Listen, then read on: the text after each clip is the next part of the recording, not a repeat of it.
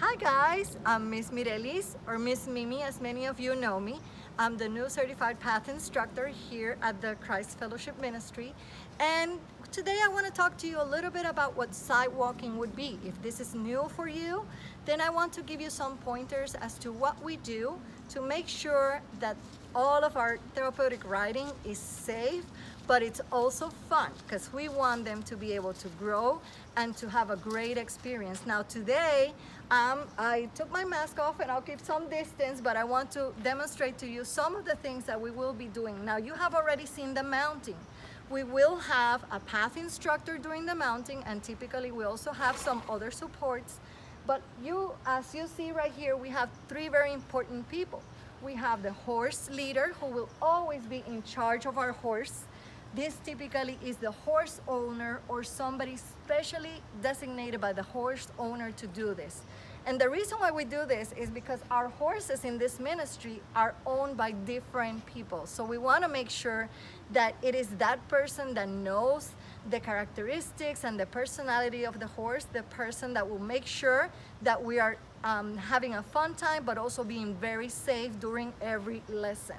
So this is the person. The second person that you listen to would be that horse owner after the instructor. Every time an instructor will give an instruction, I ask you to, pay attention. So once we're in the arena, it's really important that we're all very focused on making the best out of those 20-minute lessons, for this participant.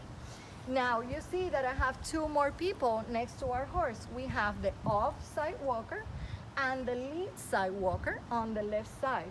Now the lead side walker you already saw bringing in our participant, and that is very important because you need to make sure that you're holding tight to that kid. We got some really active kids in this beautiful ministry, and sometimes they like to run off. So I really would appreciate that you always keep your hands on them. Now typically you will see that some of the lead side walkers are some of our volunteers who have been with us a little bit longer, just because they know some of these parts of the ministry, but you'll get to be that too. Now the off-side walker is also here and always stays with the horse owner or the horse lead. The reason for that is that they might need something of help. Sometimes we might need, this time we're in an English saddle. We might be at a Western saddle needing some body stirrups, which are shorter stirrups for our little kids, or we might be needing another set of reins, a different set of reins, or some kind of help. The horse leader might need a little break and they need somebody to hold the horse for a minute while we're outside of the arena.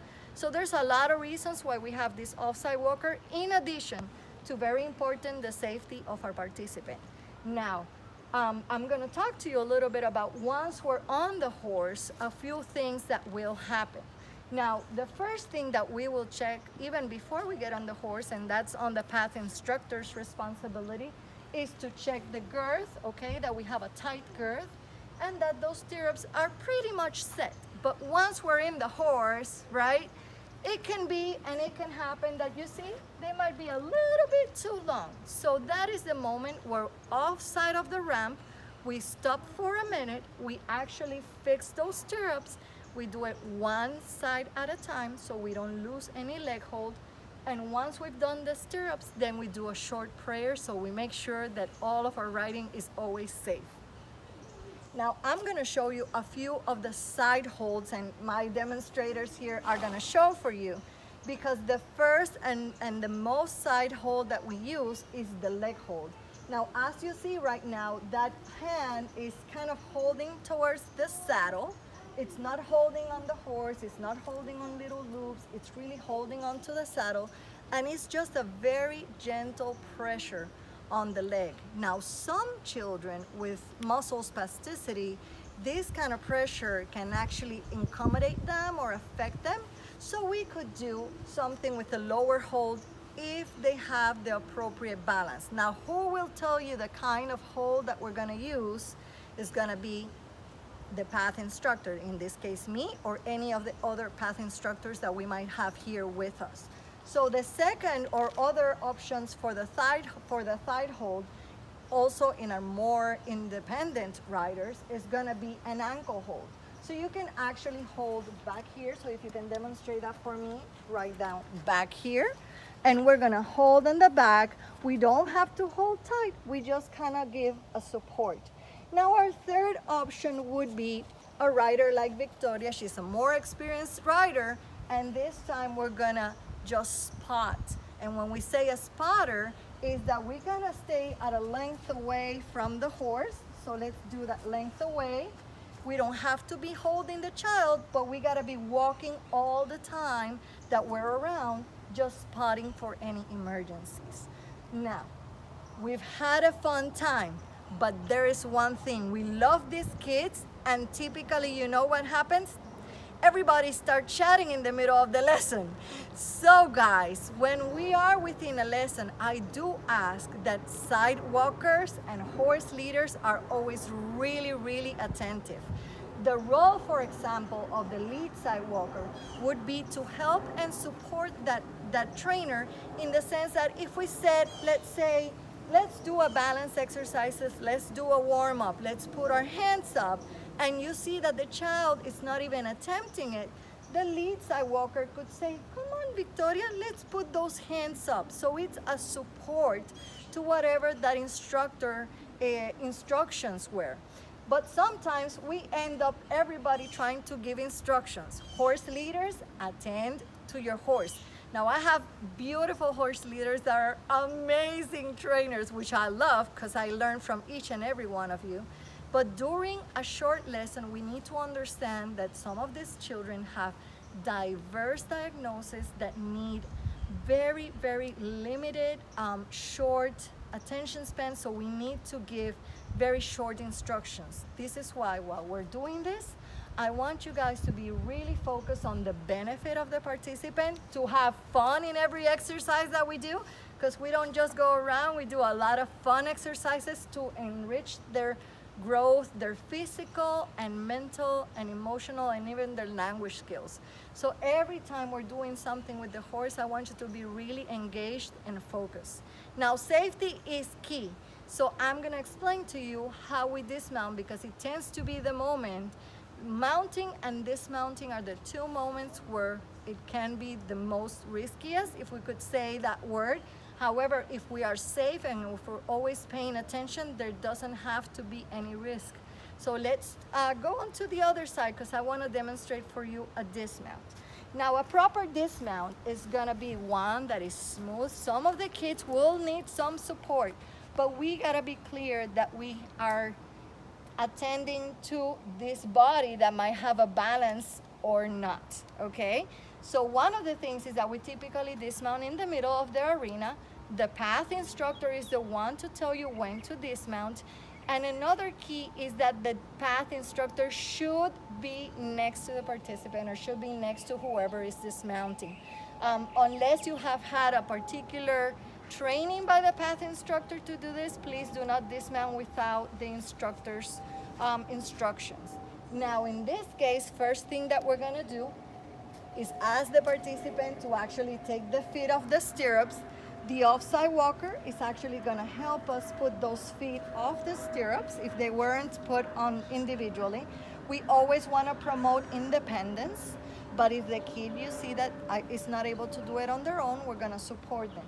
So now to dismount, the second piece is gonna be putting our hands forward. Now we ask both of our kids to put both hands right here on the horse, on the mane. We can tell them so many things, you know, on the withers, just to promote their balance. Every movement that we do here is promoting physical balance, so everything is good as long as we're able to support them. Now we tell them, look forward, lean forward, and this time I want you to swing your right leg over the horse softly. Now if you see that they are not kids that can swing softly, what are we gonna use? We're gonna use the off-side walker to help us support that leg. Now Mike, can you help me? This is my husband, so I can be close to him, okay? Help me, and the only place that we help is in the hip area, okay?